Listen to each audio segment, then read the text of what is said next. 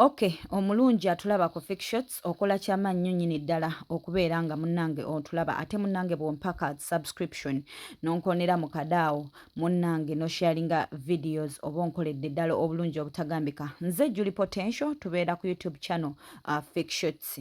N'olunaku olwaleero nkuleetedde mukwano gwange bamuyita Elvis azze otuprovinga nti obunene si buteesobola ate ekintu kyonna bwe kiba kizze mu bulamu kyembracinge okitwale nga bwe kiri osobola okwaavoidinga insults ebyo n'ebisingawo bisange ku Fake Shots YouTube channel. Niriza ku Fake Shots, subscribing, liking, commenting, nkonera mu kadaawo okulaba nga buli video yonna gye nsooka okuteekayo gw'osooka okujja nga ogenda kuba ng'ogira oba ng'ogifuna.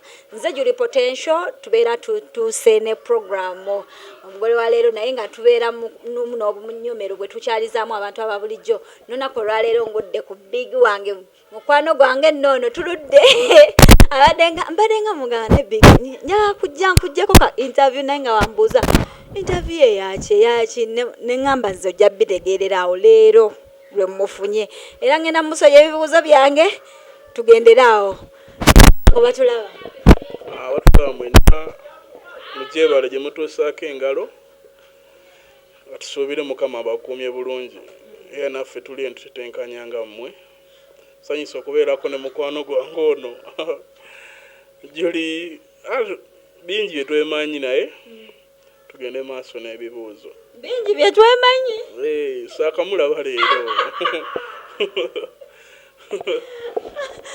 Okay, abantu ogenda beeyanjulira obabulidde amannya go obeerawo otya okola otya then tutandikirawo.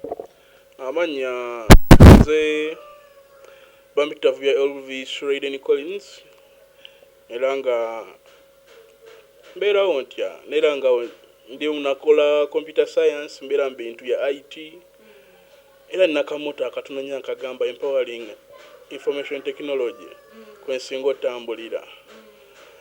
So tubeerawo tuliringira nnyo mu bintu bya software banning bikyebyo nga omanyi software staff ya bwetutera okubeerawo tuwangalira eno Kirinya bigo mutundwe.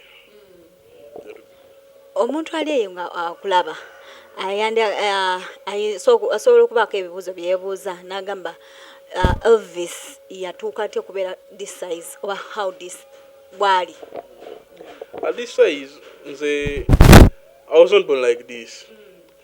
Just mu buto nali mutono nnyo kati so it was like a recommendation y'abasawo ne bagane bawa mamange kale n'omugamba mwe this diet okitegeera.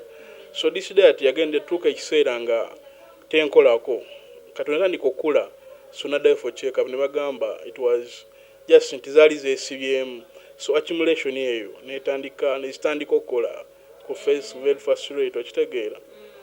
So tugenda kawo mu wasawo almost abenjawulo naye abasinga ne bagamba with time things will be fine. Ne bagamba tolina kukola exercise really so much hard nsonga omutima gwange sigwe munene oguli awo. So just netukiwamu budde naye nga nze nali almost nali mutono nasinga ne ku Julie. Nali mutono nnyo ze mu primary yange just omubiri gwatandikawo bayi nga nyingira secondary. So ne gutandika okuba nga nfuna weight okitegeera. So up to now omubiri bwe gwali gujja like gwajjira ku speed y'amaanyi oba gwajja ng'omuntu yenna ng'agejja slowly by slowly. No gwajja ina kale gradual way nga gwajja mpola si tegwajja mbu kupaaluka lumu okitegeera gwajja mpola yapa yo okitegeera ng'oyongera nga sigamba nti noba kwali kulya nnyo naye nga just kyali nomo gwajja gwokka sigamba nno oba waliwo data gye naliko ey'enjawulo kati nga nkunyonyodde nti mu buto nali ku data eyo just nga kwanze mu buto nalwalanga nnyo kati nga azadde bange biraliikirira so ne babawa eyo gundi procedure nti muteeke ku eyo data yeah. Kati after that so when nagenda nkula ne bitandika okyukamu nga omanyi eddagala nti sometimes ziyinza obutakula naye days to come ne litandika okukyuka so kyali bwe kityo mpola mpola naye nga bagamba with time it will just go off. ekitegeeza kati kino kye tulaba kitegeeza ebintu ebyo bye wali bikyalimu bikyakola ya bikyalimu jukira n'omuntu kale wokula omubiri gubaako ne masitula wuji gweyongera okweyongera muso kati bangamba with time kijja kujja nga kati okukula jukira ne maso zezikoma okuguma so kitegeeza kijja genda kikendera kyesala mpola paka okusinziirako gwe nga obudde gye bugenda owuliramuko any change mu mubiri nti gukendedde oba owulira nga gwongera ku expanding? Of course there is kati waliwo time enalinga waliwo gradual change olaba n'ogamba nti kuba emaleka onalinga nkuba gym radio is ya kali mpola kibayita gradual change nti kijja in steps kati so gugenda kuwa okusinziira we nali nkuba gym nga ogenda ove ngolaba weyiteze yesala mpola kitegeera so naye kati nganze omuntu tosobola okutwe n'agamba nti oyogayite yeesobola naye nga siwe kiri nze muli I can move sobola okukola ekintu kale ekiri nomo n'akapiira nsobola nali musambi wa mupiira eddiba ndiina mu mutwe ndiina mu mutwe mbitabo mu mutwe nali samba just kale ngeri gye nalifuna muyinja yenendivaako so secondary nalinga mbeerawo coachinga kuwa statistics wazi akapiira ko ndifaani waako so omubiri jasi